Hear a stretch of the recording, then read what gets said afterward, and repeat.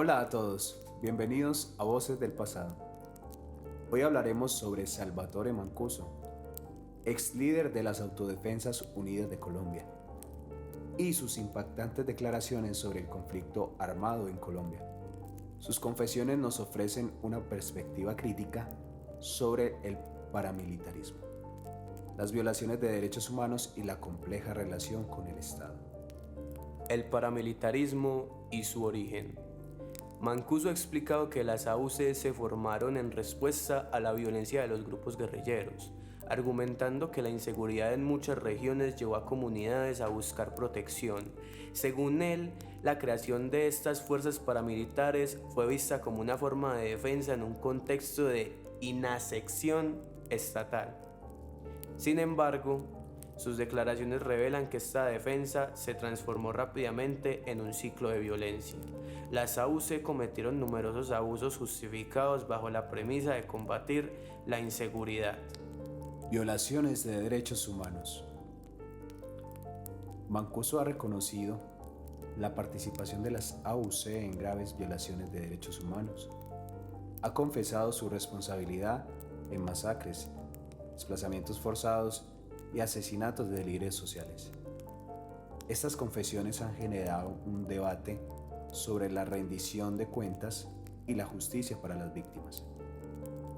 A pesar de su reconocimiento, muchos cuestionan la sinceridad de sus declaraciones, sintiendo que no reflejan un verdadero arrepentimiento, sino más bien una estrategia para mitigar su condena. Relación con el Estado. Uno de los aspectos más controversiales de las declaraciones de Mancuso es su afirmación sobre los vínculos de las AUC y ciertas instituciones del Estado. Ha mencionado que hubo colaboración entre paramilitares y funcionarios públicos, lo que plantea preguntas sobre la complicidad del Estado en las violaciones de derechos humanos. Este testimonio ha llevado a una mayor investigación sobre la responsabilidad de las instituciones en el conflicto y ha reabierto heridas en la sociedad colombiana. Proceso de paz y reflexiones finales. En el contexto del proceso de paz, de desmovilización de los paramilitares, no abordó adecuadamente las causas del conflicto y las necesidades de las comunidades afectadas. Su visión crítica del proceso refleja la complejidad de la reconciliación en Colombia. Al reflexionar sobre su papel en el conflicto, ha pedido perdón a las víctimas, aunque su mensaje ha sido recibido con escepticismo. La búsqueda de la verdad y justicia continúa, y las confesiones de Mancuso son un componente crucial en este proceso. Conclusión. En resumen, las declaraciones de Salvatore Mancuso son un testimonio potente de los horrores del conflicto armado en Colombia. Su confesión sobre el paramilitarismo y las violaciones de derechos humanos y las conexiones del Estado nos recuerda la importancia de abordar la verdad y la justicia para avanzar hacia una paz duradera. Gracias por acompañarnos en este breve análisis.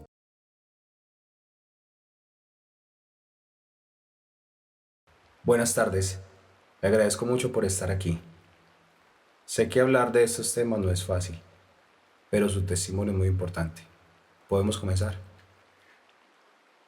Sí, sí, lo intentaré. Ok. Para empezar, ¿puede contarme qué sucedió ese día que fue desplazado? ¿Qué estaba pasando en su comunidad en este momento? Eh, no, era una tarde normal, como cualquier otra. De repente empezamos a escuchar disparos, los paramilitares llegaron al pueblo, empezaron a quemar las casas y amenazar a las personas. Nos dijeron que nos fuéramos o nos mataban y todo fue un caos. No sabíamos qué hacer, solo corrimos por nuestras vidas. Muchos no pudieron llevarse nada, solo huir para vivir. Esto debió ser muy aterrador, ¿no? ¿Cómo afectó su vida y la de su familia este desplazamiento? No, lo perdimos todo. No solo nuestra casa, sino también nuestra dignidad. Mi familia tuvo que separarse, nos llevaron a la ciudad.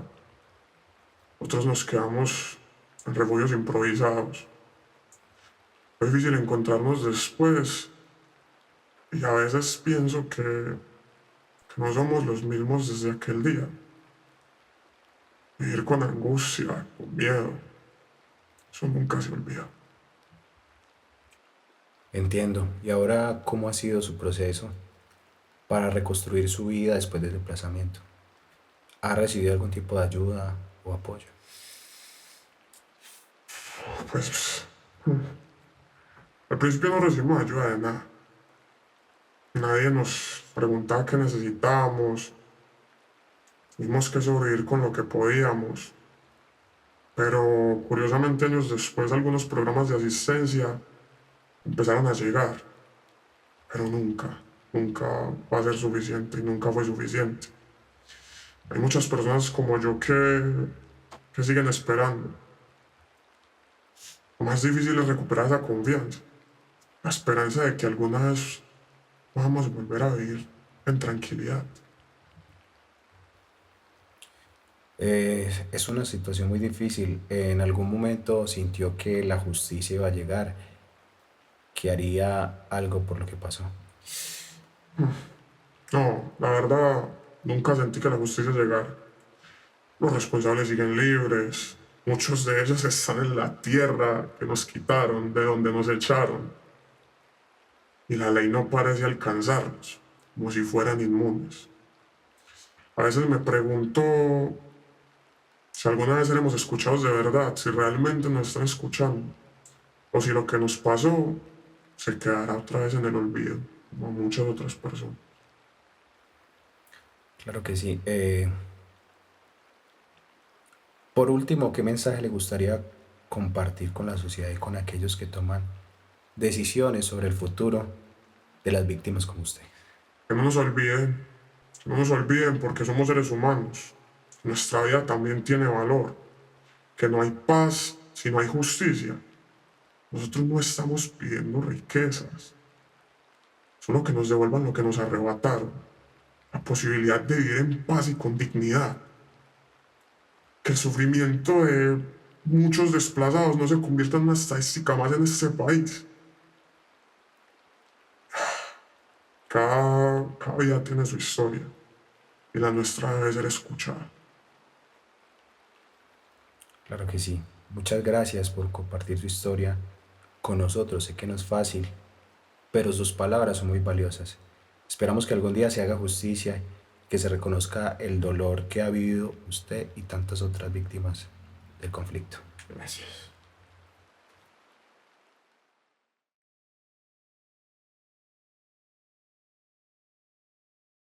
Espero te encuentres muy bien. Muchas gracias por acceder a esta entrevista.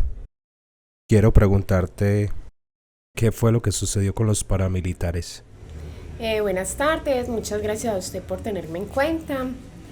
La historia que tengo para contarles acerca de los paramilitares es algo que nos sucedió a nosotros como familia, con mi hermano mayor.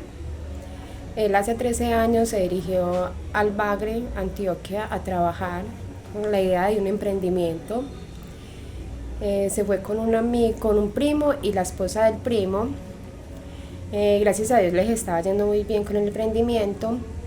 Por esa razón tuvieron que conseguir más personal para trabajar, cosa que no les agradó mucho a esas personas. Entonces les llamaron la atención y le dijeron que por favor no llevara más personal, que solamente ellos.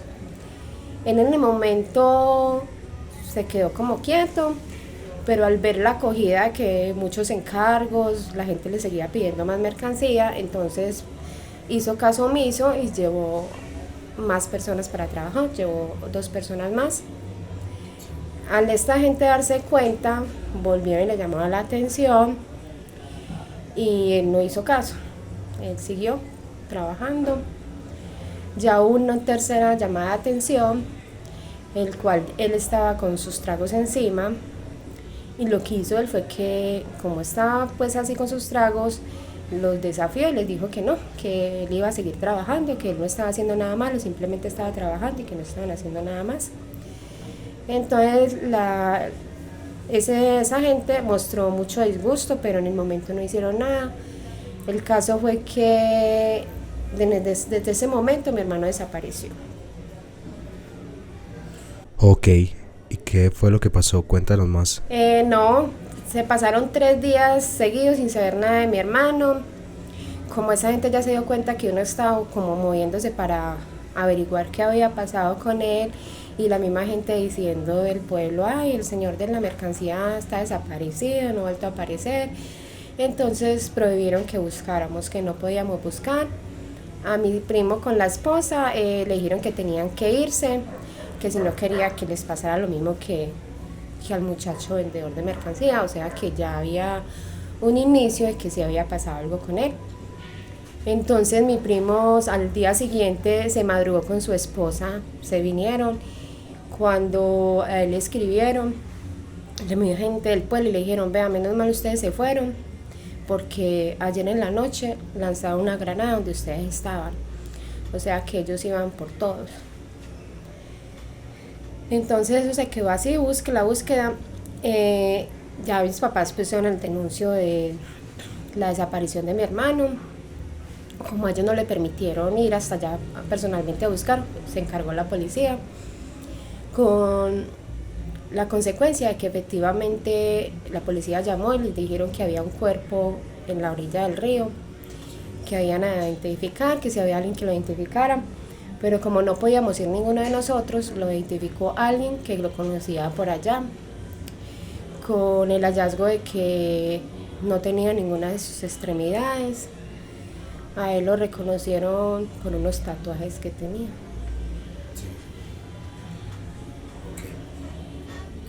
Cuéntanos cómo afectó este hecho tan trágico la vida de su familia y usted. Pues fue algo muy fuerte, porque pues es duro que a uno le digan, bueno, mataron a un familiar, pero muchísimo más fuerte saber de la manera que a él lo mataron, porque se enseñaron con él, se enseguecieron con él de una manera que decir que uno va a encontrar solamente lo que encontramos de él, hasta con el abdomen abierto y todo, es muy duro. Es tanto que después de 13 años uno todavía como que no se hace la idea de que él murió, porque no lo podemos ver. O sea, fue lo que la gente nos dijo. Es más, lo que soy yo todavía sueño que él aparece en cualquier momento. Entiendo. ¿En algún momento usted sintió que la justicia iba a hacer su parte? O sea, que iba a haber justicia en este caso tan trágico. ¿O no? ¿No pensó eso? No, la verdad, nosotros no pensamos en ese momento nada de eso, porque eso por allá es muy complejo. Una persona que maten en el campo, por allá, eso se queda en el olvido. Eso decir que no, que hacen algo, que cogen los culpables, eso es casi imposible. Bueno, muchas gracias por sus palabras y por acceder a esta entrevista. Sé que no es fácil su testimonio, pero le agradezco mucho y es muy importante para nosotros lo que nos acaba de contar. Muchas gracias a ustedes.